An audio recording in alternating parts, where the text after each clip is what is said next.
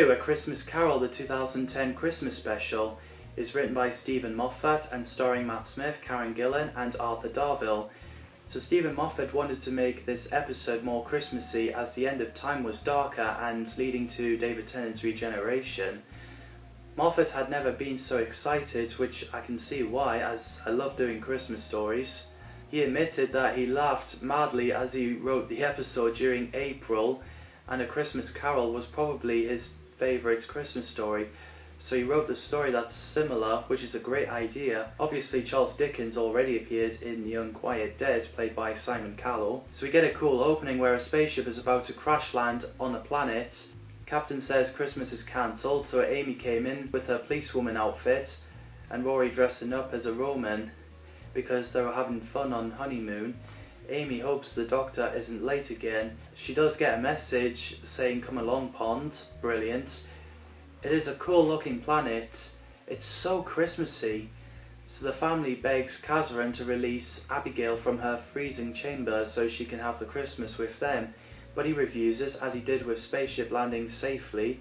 Michael Gambon played Kazaran Sardick, who's a Scrooge in this episode, sort of, as Stephen Moffat described him as more damaged than creepy. Kazaran couldn't hit a child because it reminds him when his father hit him when he was a child, which works effectively. The Doctor came to change his past to unfreeze his soul. Michael did a splendid job as he did as Dumbledore. Lawrence Fletcher and Danny Horn also played young Kazaran. They did really well as well. Their acting is brilliant. Michael Gambon also played Kazaran's dad, Elliot, who takes anyone in for suspended animation in the freezing chamber, and also brutally punishes his son by hitting him. Katherine Jenkins played Abigail Pettigrew, who's suffering fatal disease, which is why she was suspended animation in the freezing chamber. She does an excellent job despite she's never acted before, and she is a great singer. Katherine wasn't interested in acting at first, but she accepted the offer to be in Doctor Who because it's an iconic show. We also have a brilliant entrance when the Doctor came down in the fireplace. We learned that controls only works by Kazaran and his father. This was taking inspiration from a church organ. So as Kazaran gets servants to take the family out of his property, the kid threw a stone at Kazaran and he was about to hit him, but he couldn't, so the family got sent out, and the Doctor wonders why he couldn't hit him.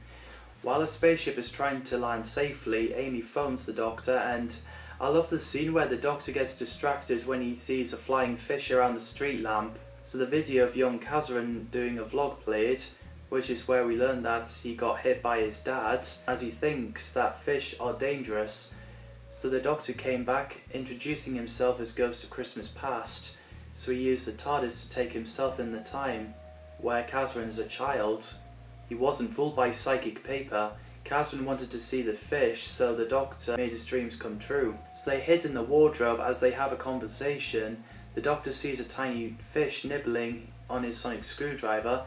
The bit where the shark came in was terrifying, gave me the goosebumps. So the Doctor and Kazaran took cover in the wardrobe.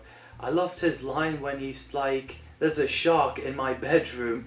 So the Doctor went inside the shark to get his sonic screwdriver back. It was later dying on the roof. Fog sharks are another type of predatory flying fish from the planet Ember, and I thought they're pretty cool. So the Doctor and young Kazaran arrived in the basement full of freezing chambers and finds Abigail in one of them. They played a video of Abigail being grateful for what Elliot did, and she loves fish. So they realise they're being followed by a shark. Scary. The running is so intense. After Kazaran runs and old Kazaran shouting run, Kazaran finds Abigail out of her box singing to the shark as the shark is dying. The Doctor came and keeps getting bitten by a fish in the neck for talking. It's a funny scene.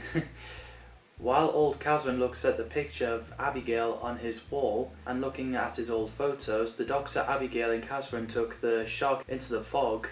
So the Doctor and Kazaran returns Abigail in the ice chamber, then waking her up a year later, and the numbers on her door is counting down. I really love the scene where he uses a carriage as a sleigh and Shark as a reindeer and they went for a ride.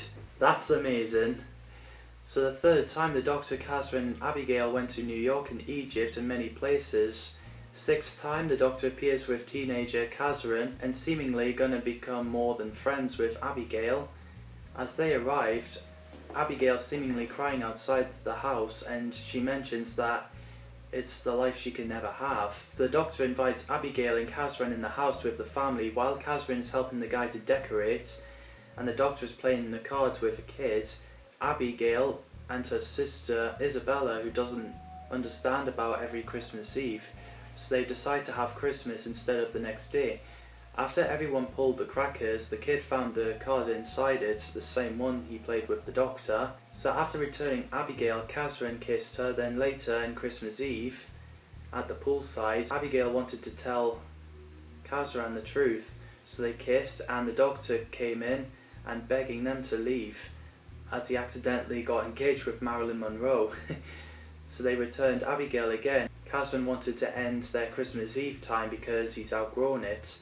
So the doctor gave him half of his sonic screwdriver, so then Kazran has a Christmas with his father, who figures out how to control the clouds, the fog, the fish.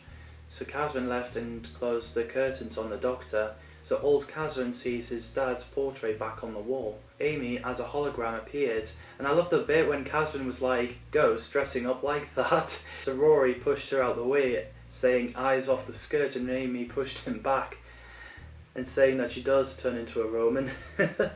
Oh, it's amusing. So Amy shows Kazran in the vault with people singing Silent Night, and shows him about a spaceship about to crash land, and Captain begs him to help. So he's back in his vault. The doctor came back and shows him the future. After Kazran saying he doesn't care, the doctor brought Charles Kazran. As old Kazran was about to hit him, he gets few flashbacks, then cried saying sorry, which is a sad and happy moment. It really does make you cry. As they try to sort out the clouds, Kazran couldn't work it because his dad didn't program it because of who Kazran is now. So Abigail's song did the trick, as her voice resonates perfectly with the ice crystals. It calms the shark and the sky down. Silence is all you know. Well? So now the captain can land the ship safely.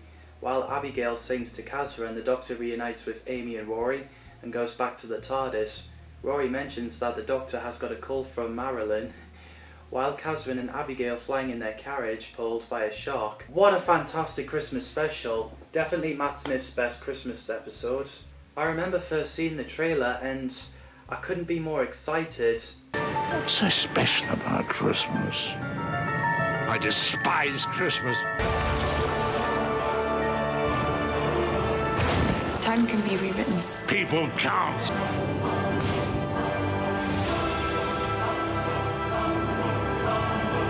Who are you? I'm a ghost of Christmas past. So then I watched it on Christmas Day 2010 and I really loved it.